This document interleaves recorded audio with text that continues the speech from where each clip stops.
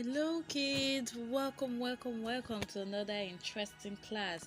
I hope your assessment was very fine. I trust you wrote very well.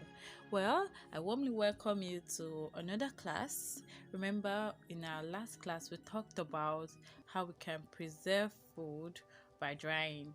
So, this time, we're going to see how we can preserve food by canning or bottling. Yes, that's what we are going to learn. So before the class start now, please get your writing materials. Go to a place that will be quiet and calm where you'll not be distracted, and please pay the undivided attention as usual. I'm picking a particular fruit and I'm picking tomato. So we are going to learn how to can tomato, or rather you are going to learn how to can tomato because I already know it, so that mommy can always have it to make stew. So now, after buying your tomato from the market, washing it, you get a pot, you put it in the fire so that you will boil the tomato. You will boil the tomato for some time. Some persons may not decide to boil, but this time we're using a boiled tomato. Now, after boiling, you can peel the back. You peel it off. Make sure you cut any part that you feel is bad, or the strong part of it. Just cut it off. Once you are done cutting it off, you can see from the video that is cutting everything off. You cut all off. Now once you've cut it off and it's neat and very fine like the way you want it, now you can now start slicing it into smaller pieces. Or some persons may not want to do that. They may just blend it, buy it and blend. Anyone you choose, it will be fine.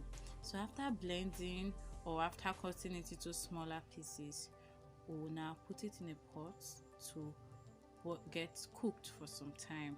We'll cook it so that the water will dry out. Now if you look at the video, you see that the tomatoes is cooked or is getting cooked and we are stirring. Now some persons may want their tomato to be watery, depending on what you want. If you want it to be watery, fine. If you don't want it to be watery, you boil so that the water will be dry.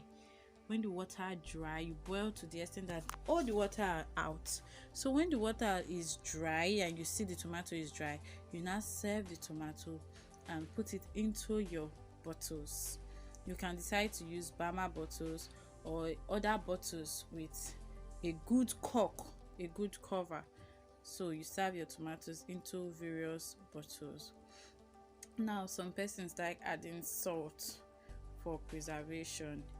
Salt preserves things for a long time, so some may add salt, but some may not add. Like the one I did not add salt. I just did it like that, put it into different bottles, cork it. It was still very nice. So after putting it in bottles, then you make sure you clean it. Let the no stain on it to stain the bottles. It should be very neat. So you can see that he's cleaning it. Make sure it is very neat. You clean it properly, because if it's not neat, it will not be fine. Then you will now take the cover of the bottles and cover it. Make sure it is tight. Cover tightly. If it's not tight, then there's no need preserving, because once air gets into it, it will become bad, except you want to refrigerate it. But if you do it like this, you cover it to be tight, you don't need to refrigerate it. Now after covering to be tight, you now boil it for some minutes. When you boil it, 10 minutes boiling should be okay. Then you can drop it down. You have your tomato ready for use. Yeah, mommy can make stew and jollof rice with it. So this is how to preserve tomato by canning. I hope you learned something new today. If you do it very well, you know that it can stay for a very long time. The one we did since January, yes, we still have it. It is still looking fresh and beautiful, and when you use it, it tastes very nice.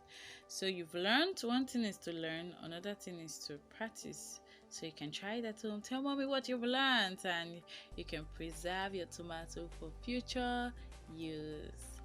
I hope to see you in my next class. I love you and bye.